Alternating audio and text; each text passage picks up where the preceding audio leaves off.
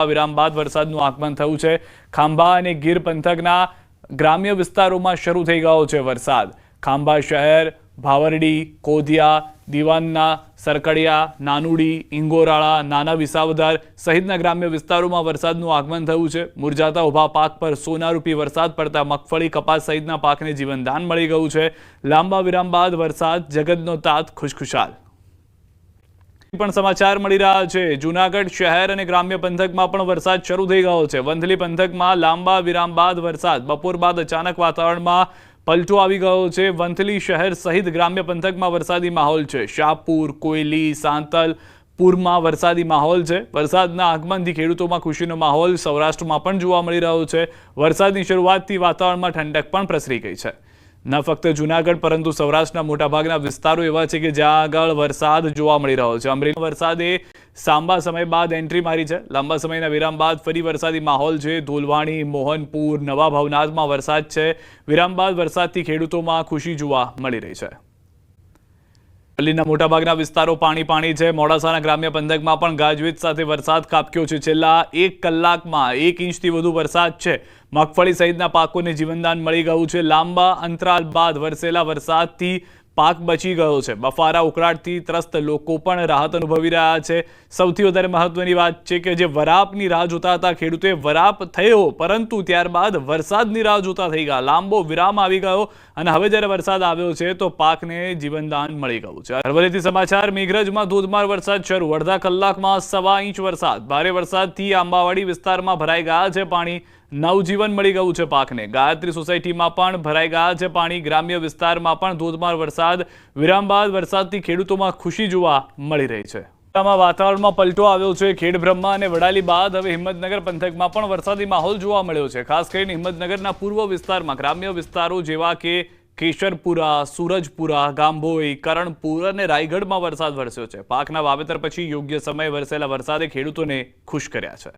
ભારે વરસાદ બાદ અંબાજી થયું છે પાણી। બપોરે ધીમી ધારે શરૂ થયેલો વરસાદ બપોર બાદ એકાએક વધ્યો અને અંબાજીની બજારો અને હાઈવેના માર્ગ પર પાણી ભરાઈ ગયા।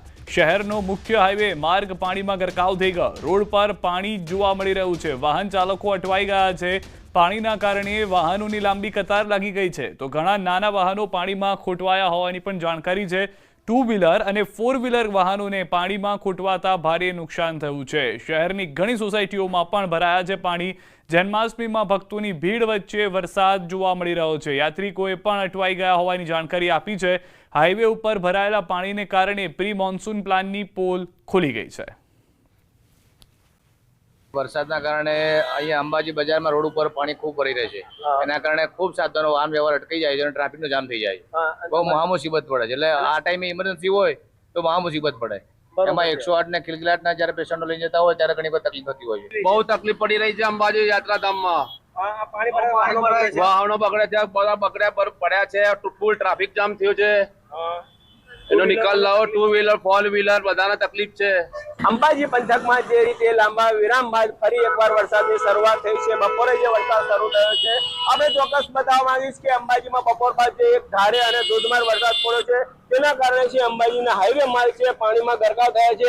અનેક વાહનો પાણીમાં ખોટવાયેલા જોવા મળી રહ્યા છે અને યાત્રિકો સહિત અનેક વાહન ચાલકો જે છે એ વાહન ચાલકો પણ ભારે મુશ્કેલીનો સામનો કરી રહ્યા છે। ક્યાંક ને ક્યાંક આ પાણીમાં જે છે એ પાણીને લઈને જે વાહન ચાલકો છે એ વાહન ચાલકો પણ દીર્ઘ અનુભવી રહ્યા છે। ક્યાંક પાણી ઊંડું હોય અને ગાડી બંધ પડે તેની ધ્વજામાં મુશ્કેલીમાં ફસાયેલા જોવા મળી રહ્યા છે। અને હાલ તમે કહી શકાય છે કે હજી જે રીતે આજે જે વરસાદ જે છે એ વરસાદ જોતા જ આપણે ચોક્કસ બતાવવા માંગીશ કે લાંબી લાઈનો લાગેલી જોવા મળી છે। આ ભરાયેલા પાણીના કારણે જે છે અમે હાલ અમે ડિટેન્સમાં પાણીમાં ઊભા છીએ અને દૂર જે વાહનો ઊભા છે એ વાહનોના કારણે છે એ વાહનો પાણીમાં ઉતરી શકતા નથી। અનેક મુશ્કેલીઓનો સામનો આજે કરવો પડ્યો છે। અંબાજીના બપોરના સુમારે જે ભારે વરસાદ થયો છે તેના કારણે અનેક વાહન ચાલકો રાહદારીઓને ભારે મુશ્કેલીનો સામનો કરવો પડ્યો છે। જો કે હજી આ જે રીતે વરસાદ આકાશમાં કાળા ડિબાંગ વાદળો ઘેરાયેલા જોવા મળી રહ્યા છે તે મોડી સાંજ સુધી હજી વધુ વરસાદ પડી શકે તેવી શક્યતા જોવા મળી રહી છે। મહેન્દ્ર અગ્રવાલ, ન્યૂઝ 18 ગુજરાતી।